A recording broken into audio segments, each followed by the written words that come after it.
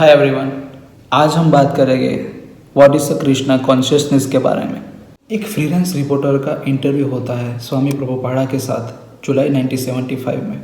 वहाँ पे उन दोनों के बीच में कुछ टॉपिक्स छेड़े जाते हैं, जैसे हरे कृष्णा मंत्र के बारे में, कृष्णा कॉन्शियसनेस के बारे में, स्पिरिचुअल मास्टर और गॉड के बीच में कौन सा रिलेशनशिप होता है, कैसा रिलेशनशिप होता है उसके बारे में, फिर एक वुमन का स्पिरिचुअल कृष्णा कॉन्शियसनेस के अंदर क्या रोल होता है उसके बारे में, इंडियन कास्ट और उसके अंदर क्राइस्ट कॉन्शियसनेस और कृष्णा कॉन्शियसनेस के बारे में, फिर difference between the genuine gurus and fake gurus, वही सब टॉपिक्स छेड़े जाते हैं इन दोनों के बीच में। और उन दोनों के बीच में जो कन्वर्सेशन होती है वो इस चैप्टर में दिखाई गई है।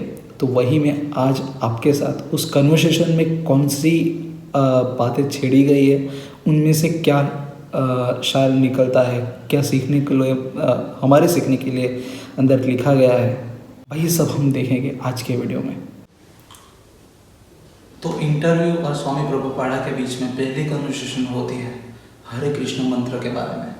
तो हरे कृष्ण मंत्र के बारे में स्वामी प्रभुपादा बताते हैं कि ये एक चैंट है, ये एक मंत्र है कृष्ण कॉन्शियसनेस को हमारे अंदर जगाने के लिए। हम सब में कृष्ण भगवान बसे हुए होते हैं, इसीलिए हमें बार बार चैंटिंग करके भक्ति से हमारे अंदर जो कृष्ण भगवान बसे हुए हैं, जो सबके अंदर होते हैं, कहीं ना कहीं दबे हुए होते हैं हमारे जो मटेरियलिस्टिक दुनिया में, हमारी जो इच्छाएं होती है, हमारे जो डिज़ायर्स होते हैं, उसके अंदर ही हम फंसे हुए होते हैं। तो हमें बार बार स्पिरिचुअलिटी से कनेक्ट होने के लिए कुछ मंत्र या फिर भजन कह सकते हो, वो सब करना पड़ता है ताकि हम अपने अंदर कृष्णा कॉन्शियसनेस जगा सकें। तो बेसिकली हरे कृष्ण मंत्र का यही होता है, अर्थ समझाया जाता है उन दोनों के बीच में कि आपको हरे कृष्ण मंत्र डेली कर सको या कभी भी करो, लेकिन वो मंत्र से आपके अंदर कृष्णा कॉन्शियसनेस अवेकन हो जाती है, जाग जाती है। तो रिपोर्टर का दूसरा सवाल होता है what is the Christ consciousness और what is the Krishna consciousness. तो स्वामी प्रभुपादा आंसर देते हुए कहते हैं कि इन दोनों के बीच में कोई फ़र्क नहीं होता, बस आज की जो दुनिया है वो भगवान को भूल चुकी है, वो भगवान को जानना भूल चुकी है। जैसे सारे स्पिरिचुअल जो बुक्स हैं उनके अंदर लिखा गया है कि किसी को मारना नहीं चाहिए, हमें किसी को हानि नहीं पहुंचानी चाहिए, लेकिन हर एक रिलीजन में कहीं ना कहीं स्लॉटर हाउस खुले हुए होते हैं, या कहीं ना कहीं हम किसी को हानि पहुंचाते ही है। और बस हमारे लिए, हमारे मटेरियलिस्टिक दुनिया के लिए काफ़ी सारे ऐसे फैसले ले लेते हैं जो हमें और भी मटेरियलिस्टिक दुनिया के साथ अटैच करते रहते हैं। तो डिफरेंस कोई नहीं होता, बस कृष्ण कॉन्शियसनेस और कृष्ण कॉन्शियसनेस के अंदर जो फ़र्क है जो हमने किया है वो होता है ये क्रिश्चियन है, ये हिंदू है, ये मुस्लिम है, और अलग अलग रिलीजन को हमने बना दिया है। ये नहीं हो ये कोई भी कॉन्शियसनेस में नहीं होता है। कृष्णा कॉन्शियसनेस हो या कोई भी हो, हम भगवान के लिए प्रे करते हैं, भगवान को मानते हैं, तो हम भगवान को छोड़ के रिलीजन के पीछे भागते हैं। यही सारी चीज़ों के बारे में बात की गई है कि हमें भगवान के लिए प्रे करना चाहिए या भगवान में मानना चाहिए, ना कि रिलीजन में और ये सब लफड़ों में पढ़ना चाहिए। तो उन दोनों के बीच में तीसरी कन्वर्सेशन होती है जेन्युइन गुरुस और फेक गुरुस के बारे में। तो स्वामी प्रभुपादा जी जेन्युइन गुरुस के बारे में बताते हुए ये कहते हैं कि वो भगवान से कनेक्ट करने के लिए जो भी प्रोसीजर होती है, मतलब स्पिरिचुअलिटी, मेडिटेशन, जो भजन होते हैं, उन सब के बारे में बताते हैं, वेदास के बारे में बताते हैं, वो बुक्स के बारे में बताते हैं, उनकी नॉलेज शेयर करते हैं, ना कि फेक गुरुस के जैसे हमें कोई जादू दिखा के, मैजिक दिखा के ये बताना चाहते हैं कि हम ही भगवान हैं, और उनकी थियरीज हमें साबित करना चाहते हैं, ना कि भगवान की।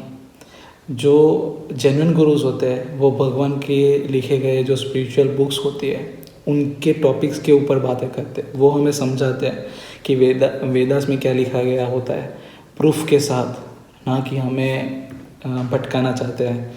यही सब बताते हैं जेन्युइन गुरुस और फेक गुरुस के बारे में।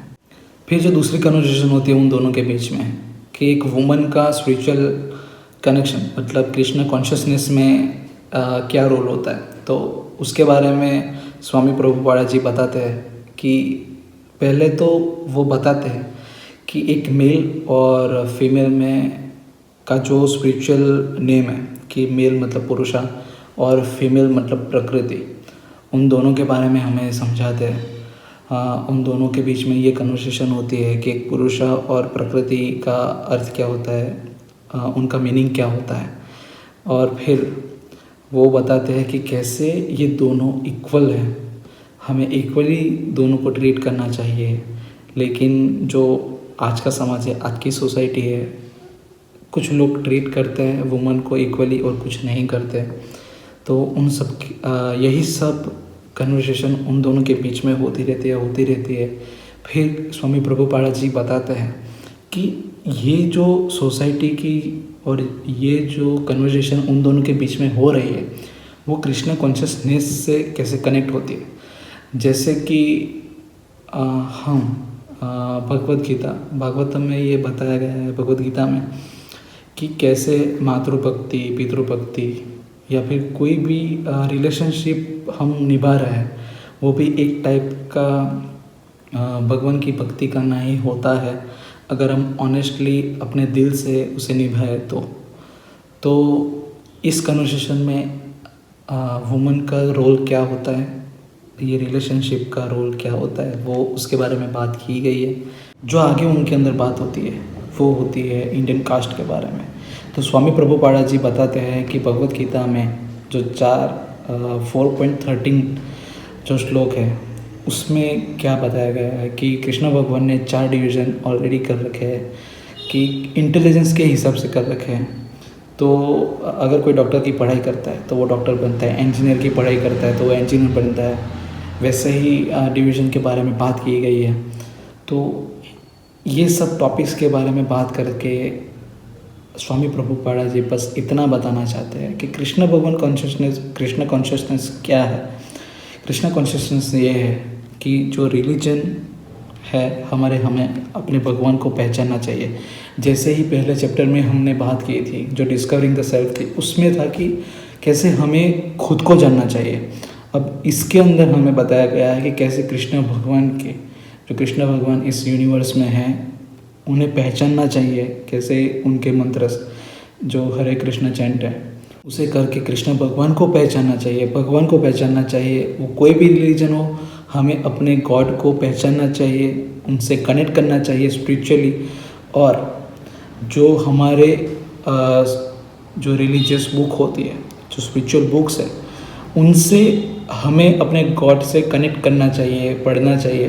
तो उसके बारे में ही हमें बात की गई है इस टॉपिक के अंदर, जो टॉपिक है। तो यहाँ इस चैप्टर का जो ये टॉपिक था वो एंड होता है। अगर आपकी भी कोई थियरी है, आपके पास भी कोई आंसर है कि what is a Krishna consciousness, तो वो आप कमेंट में मुझे बता सकते हो। अगर आप ये सीरीज़ को लाइक करते हो तो प्लीज़ नीचे लाइक, शेयर और सब्सक्राइब कर देना, ताकि ये पूरी जो बुक टॉक सीरीज़ है the science of self realisation वो आपके पास आती रहे। जैसे भी मैं वीडियो डालता जाऊँ वैसे ही। तो अगर आप कृष्ण कॉन्शियसनेस के बारे में जानते हो, मुझसे कुछ रह गया हो और मिस्टेक हुई हो तो प्लीज़ मुझे माफ़ करना। हरे कृष्णा।